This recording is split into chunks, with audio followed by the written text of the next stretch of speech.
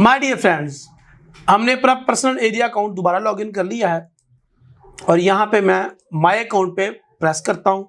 यहाँ पे देखें योर डॉक्यूमेंट सक्सेसफुली वेरीफाइड लिखा आ रहा है और इसका मतलब ये है कि हमने जो डॉक्यूमेंट सबमिट किए थे अल्हम्दुलिल्लाह वेरीफाई हो चुके हैं। और हमारे डेमो के अंदर उन्होंने $1,00,000 का अकाउंट भी क्रिएट कर दिया है automatically by default, but we will never ever use this account because that's a trap from the market.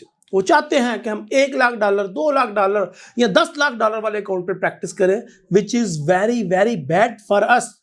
हम लोगों ने एक ऐसा अकाउंट क्रिएट करना है जिसके अंदर हम उतने ही पैसे डिपॉजिट करेंगे जितने हम रियल अकाउंट में पैसे इन्वेस्ट करना चाहते हैं। तो सबसे पहले अपने अंदर चाहती पाओ थे, अपने आप से पूछें कि कितने पैसे मैं रियल में इन्वेस्ट करना चाहता हूं। आप अपना फाइनेंशियल कैलकुलेट करें कि मेरा फाइनेंस कितना है और उसमें